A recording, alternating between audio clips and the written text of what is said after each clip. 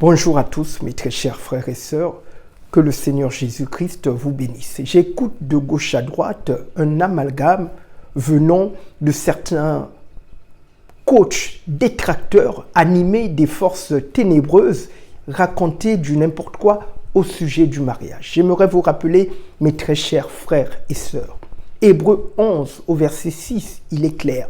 Or, sans la foi, il est impossible de plaire à Dieu. Romains 10 au verset 17 est clair. La foi vient de ce qu'on entend. Ce qu'on entend vient de la parole de Dieu. Jean 14 au verset 6, le Seigneur Jésus-Christ, qui est la parole, il a dit qu'il est le chemin, la vérité. J'aimerais dire, tout ce qui n'a pas pour fondement la parole de Dieu est mensonge. Faites attention à ce que vous écoutez de gauche à droite.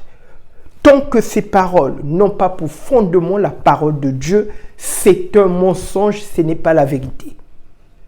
Le mariage est un projet venant de Dieu, venant du Très-Haut. Le mariage occupe une place importante dans le cœur de Dieu.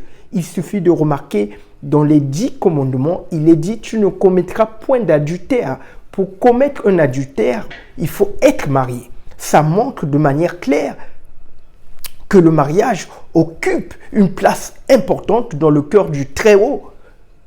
Arrêtez d'écouter du n'importe quoi. Quand vous écoutez quelque chose, venez, ouvrez la parole de Dieu et examinez ce que vous avez écouté. La foi vient de ce qu'on entend vient de la parole de Dieu. C'est clair et net. Sans la foi, il est impossible d'être agréable à Dieu. Ce sont les paroles de foi, ce sont les paroles venant de cette Bible qui est le code de la route du chrétien que le chrétien doit mettre en pratique pour pouvoir vivre ce projet de bonheur. Je vous rappelle que le mariage est un projet de bonheur, de joie. Arrêtez d'écouter toutes ces personnes qui vont te dire que le mariage, c'est quelque chose de mauvais, il n'y a que pleurs, tristesse, c'est complètement faux.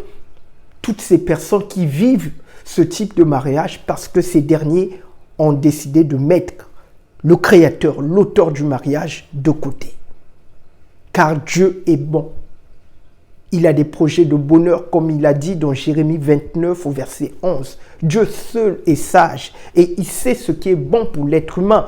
Ce n'est pas une décision que l'être humain a pris de se marier. C'est Dieu qui a constaté la solitude de l'être humain. Et l'être humain, c'est un être de relation. Voilà mes très chers amis.